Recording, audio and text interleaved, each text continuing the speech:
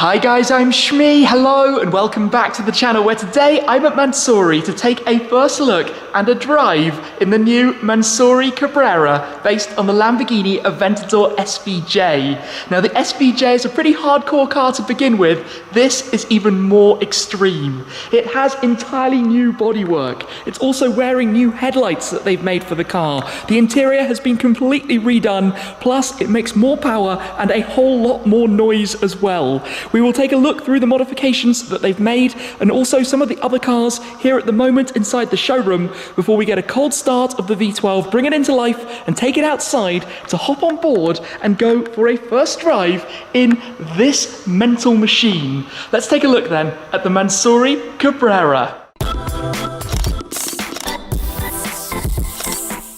Take a look at this. How crazy and wild is this car, the Mansory Cabrera? Now we'll start with a walk around to go through all of the details, but they have completely redone this car from head to toe. The bodywork is now made from carbon fiber, mixing the exposed sections with the Vento Verde satin green paintwork. The exposed carbon like we have up here on the roof and the removable engine bay cover, all with that iconic stealth bomber style weave in the carbon like we saw before on the Aventador Carbonado. Then we come round towards the back and look at how mean and aggressive this thing is. That gigantic rear wing, the quad exhaust tailpipes in the center. They've also created a double diffuser at the back. This is the extreme of the extreme. Now the SVJ is a rare car to begin with. Lamborghini only making 900 of the coupes as well as 800 of the roadsters, but of the Cabrera there will only ever be 3. The number 3 is chosen to celebrate 2020 being Mansory's 30th anniversary, one car per decade, and the name itself actually has a pretty cool story behind it as well. The Lamborghini models are always named after famous raging bulls, Spanish fighting bulls, in particular the Gallardo and the Miura, which came from the line of bulls called Cabrera, hence the name of this car fitting perfectly to it. You look around the car though, it's carbon fiber everywhere, the full carbon bonnet with this faded stripe painted down the center, a completely reworked design at the front. You still have the aerodynamica Lamborghini ALA, the active flaps that allow airflow through the car. It's got a new face thanks to the new LED headlights, twin lights on each side that Mansory have fitted into their new bodywork, giving the car a new appearance, a new look, with the running lights that you have just underneath that front edge. But down here, an aggressive and mean splitter, the end plates as it wraps around towards the side, where you have the wheels that have these covers around the outside again, with the stealth bomber carbon fiber that you see just about everywhere as you go around, even on the louvres, the mirror caps, the side skirts, you name it, all around. At the back, you've got the scoop for cooling in towards the engine. You have that shark fin style spine that runs down towards the wing, where we have a gurney flap on the back of it. And just look at those exhaust tailpipes. We're going to hear these starting up in just a moment to hear exactly what this car sounds like with the V12. They've done some small work to give it a little bit more power. It's a 6.5 litre naturally aspirated V12. Normally it would make 770 horsepower. It's now up to 810, 40 horsepower more, and torque goes up from 720 to 780, which means this is blisteringly fast. In fact, its top speed is 355 kilometers per hour. That's 221 miles per hour.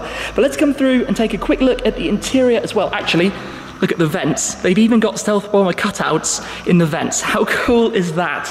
On the inside of the car, just to grab the key very quickly so that I can unlock it, just got this here, open it up. Inside, again, completely redone. Look at this, the green touches to bring the exterior to the inside, the full carbon door cards, carbon on the steering wheel, we've got the carbon bucket seats, trimmed very much in a sporty, aggressive style. Even the dashboard binnacle as well. Of course, we've got the chime just letting us know at the moment the door is open. We've got the Cabrera side sill nameplate. This is pretty crazy. This is car number 3 of 3 on the anniversary Cabrera model. So I think we should get this started up, take it outside of the showroom, and firstly, I guess take a listen to what this sounds like. It's time then to bring the car into life, so let's hear it starting up, the Mansory Cabrera.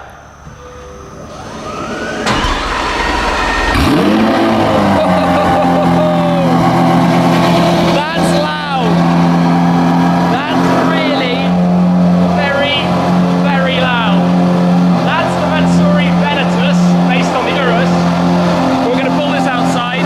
Running lights are on. Wow. Look at this coming on out then. The paint colour is awesome out here. Even the cutaways that you have there with the Stealth Bomber carbon, hoping it's going to stay dry on us.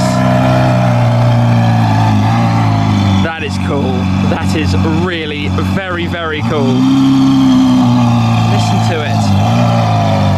So, a first drive. I feel honoured to have this opportunity to jump on board and drive this Cabrera nameplate at the side. What an epic thing. Right, let's get on board, head on out. Here we go then, into gear. We've got the 7-speed single clutch, handbrake off. I'm going to drive it at first in Strada, but when we get out of town, we can go up into Sport and then into Corsa. Now the thing I'm instantly reminded of driving in an Aventador is how, although this is the definitive supercar, it's actually really awkward. The seats are not comfortable. The visibility outside is not easy. It is desperately impractical. There's nowhere to put anything, although we do have a lift system to save the front splitter as we go over the bump. And it's also really difficult to drive thanks to having a single clutch as opposed to a dual clutch gearbox. But when we are on the move, this is where you start to get a little bit of that V12. And yes, in automatic mode it doesn't work particularly well. They never really have. So one press of the M, at least to drive it in manual, be able to use the paddles, shift manually and drive it, or slightly more properly, we can say. So in Strada at the moment, obviously this is the more civilized of the road modes. Strada is literally the Italian word for road. Now I'm looking forward to getting to the proper countryside so we can explore this a little bit more. For the time being, I will put it into Sport. We do also have Ego mode, which now allows you to configure it. The shifts just sharpen up ever so slightly. And yes, there's that tone, that wail of V12 in the background, which is what we oh so love. Now the windscreen just reaches out almost impossibly far in front of me. It's tough to work out where the front of this car actually is. And the view in the mirrors that stick out so far to the side over the top of all of this Stealth Bomber style carbon give me a great view of that rear wing just sitting up over the top of the rear arches. This car, it's just madness. I mean, the Aventador is madness. The SV and then the SVJ are also madness. SVJ standing for Super Veloce Jota, the old Lamborghini Jota race cars. Super Veloce, super fast, as you could probably work out. This is, it's their kind of most aggressive, extreme series production cars, but the Aventador is reaching towards the end of its line. It will be time for its successor to follow as I kind of duck my head down to be able to see what's coming in front of us. But this revs up to almost 9,000 RPM, and even there, listen to the exhaust. You get a little pop, a little kind of crackle on the upshift, and it's just starting to drizzle, but I certainly hope that's going to stay away, because even with four-wheel drive, we want to be able to have a little bit of fun without it becoming a bit sticky, we could say. So let's get out of town and have a good time with this. Here we go then, drop a gear, we're still in sport mode, get some of that noise. Oh wow, that is a heavenly soundtrack. The downshifts, the crackles that it makes. Like I said, definitive supercar, and now the most extreme example thereof, thanks to the team at Mansory. Listen to that.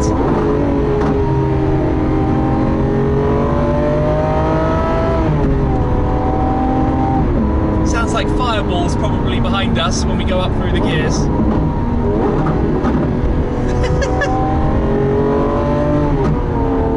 And I mean, I'm not using exactly any of the power here. 810 horsepower under my right foot. I probably need to get a little bit familiar with what I'm driving first. And this, like I said, is just in sport mode. We can turn it up into Corsa when it gets even sharper and more aggressive. Yes. This is absolutely brutal. This car is a fighter jet brought down to the ground. It is just nuts, just bonkers. And Corsa is firm. The ride there, going over some of those small bumps. Obviously Corsa is Italian for track or race circuit. This is much more at home in that environment than it is on a normal highway. So while we're going slower, I'm going to pop it into sport. It's so hard to drive this thing smoothly and gently. Really, really, really difficult. Third gear, take it easy. Just kind of enjoy, chill, relax a moment. We will escape the confines of the 50 km/h speed limit in a moment. And now it is time to drop it down. First gear.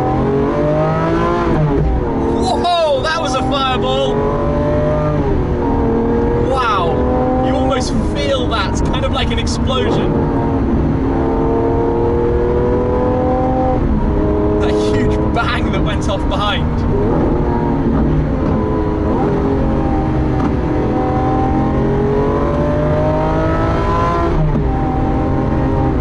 It's the feeling of power, and so much of it. You have to hold on tight. When you really put your foot down, you have to hold on tight. And obviously with such a big NA engine, you get such a linear power delivery, and there's so much instant torque. There's no waiting for turbos to spool up in this. The Carbonado that I drove before was where they had made it kind of a 1,500 horsepower twin turbo version of the base Aventador.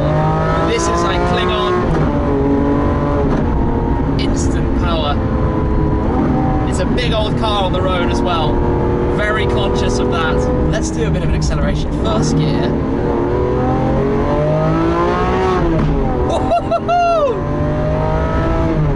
I tell you also, it's not that easy to drive an Aventador. You're aware that it's a big and heavy car. Yes, the rear wheel steering disguises some of that weight, but it's still a big thing. It's not the easiest drive in the world, for sure. I mean, combining the gearbox just taking a little bit longer than usual to think about, and the difficulty to actually place where the car is. Now, I've been a passenger with my friend Jeroen Mol, who is a Lamborghini race driver, in an SVJ on a circuit, and I could not believe how quickly we got that car around the track, or rather he got that car around the track. I was, of course, just the bystander in the passenger seat. But in this case,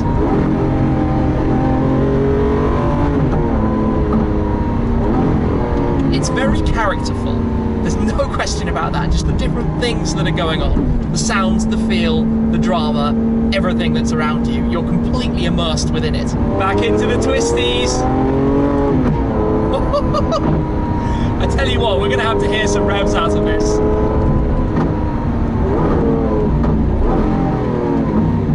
Oh well, some downshifts as we come towards an almost standstill. I think for somebody to turn around. Now I am going to pull into this lay-by, which I have stopped at in the past in a Mansory Aventador when I was filming with the famous Carbonado, the twin turbo car, because I think we should hear how this sounds. So in Corsa mode, into neutral. Wow.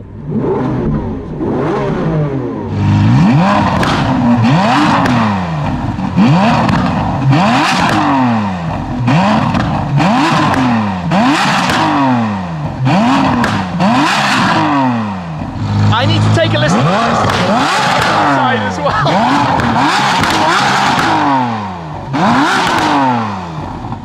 Ow! That is ridiculous. Oh my goodness, and even just idling it's so loud. Yes, this is quite an Aventador, this thing. The Mansory Cabrera, and it spits fireballs. Okay, after the fun, back on the road then. It's mad. It's absolutely mad.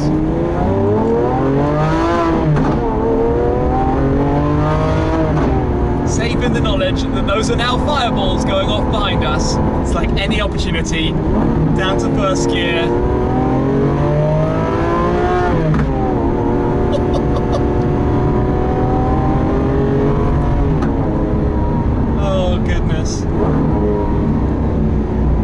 Okay, at some point the fun has to end. Let's pop it back into Strada. I've not set up Ego mode or anything like that.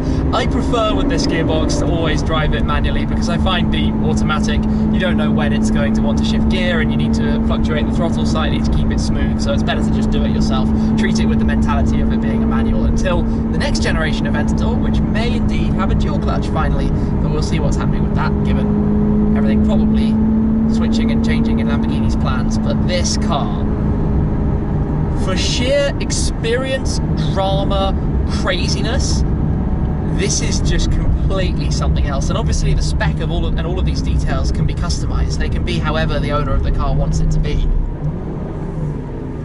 But I'm just absolutely like amazed by this experience. Even in Strada mode, it's still sounds insane. I just don't think you could go near kind of dailying a car like this like you can with, say, the likes of a 488 or a 720S or something like that. This is not in that category of car. So lift system back up, no damage to the splitter, and we return enter back up the driveway, and we're back to base. What an experience. I really don't know what else to think about this car. We've parked back up alongside one of the Urus full package conversions as well, but let me show you a couple more details around the outside. I mean, I touched earlier on the double diffuser that it has at the back, the 2 different channels, all to do with aero performance efficiency. Obviously, you've got different layers, all of these crazy fins and design, how you have the vents. I really like how the carbon itself has the stealth bomber weave, and then they've lasered out to make the openings in the same pattern. Those exhaust tailpipes look beastly, and they sound ever so beastly as well. The rear deck lid on the SVJ has racing latches, motorsport inspired of course, and on this car, as well as having them on the back, Mansory have also done it for the front. So to release the front bonnet, you have the racing latches in order to take that off. And obviously this is completely changed. The whole front is totally different from the standard car on which it's based. It still has the airflow that can come up through here. You've got the fins inside, all to do with keeping the front end planted down when you're driving at speed.